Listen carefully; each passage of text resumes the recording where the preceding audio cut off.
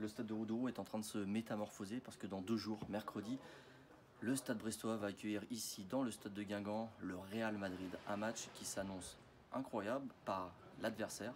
On va vous présenter tout ça, le dispositif de sécurité, l'arrivée de Madrid, comment ça va se passer. On vous dit tout ça dans la vidéo.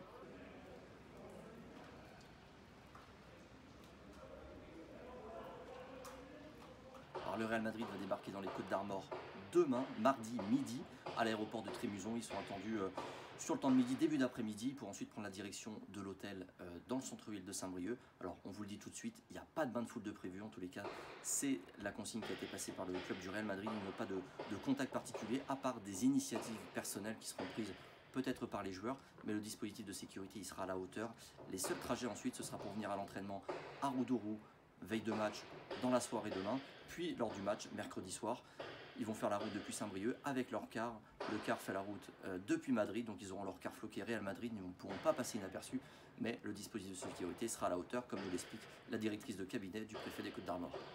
C'est vrai que là, on a un dispositif un peu plus conséquent au niveau de l'hôtel des joueurs du Real Madrid, parce que habituellement, les joueurs pouvaient aller dans d'autres hôtels, mais étant donné qu'ils n'étaient pas très connus localement, ils avaient plutôt l'anonymat et c'était un dispositif vraiment léger, adapté aussi, mais assez léger.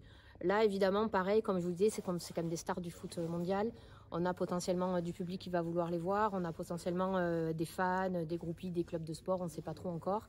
Donc on sera en capacité d'adapter notre dispositif pour préserver l'intégrité et la tranquillité des joueurs. Il y a quand même cette pression médiatique qui existe, on ne peut pas la nier.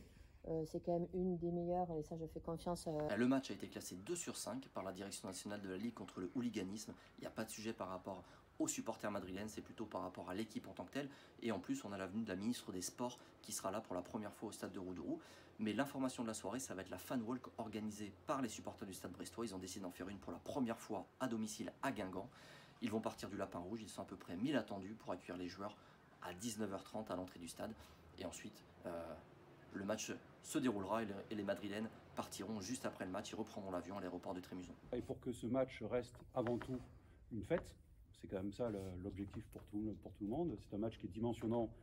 Ça veut dire qu'il y aura à peu près un peu plus de 240 militaires de la gendarmerie qui seront dédiés à ce match, avec notamment 2 escadrons de gendarmerie mobile qui seront présents et des moyens adaptés mis en place par la gendarmerie, comme elle sait le faire sur ce type de rencontre, et notamment des moyens aériens avec la section aérienne de la gendarmerie de Rennes qui sera présent, et aussi des équipes cynophiles. Et nous aurons également la chance de pouvoir bénéficier de 3 militaires de la Guardia Civile qui feront le lien justement avec les supporters madrilènes et qui viennent spécialement d'Espagne pour nous renforcer demain dans le cadre du dispositif des brigades européennes.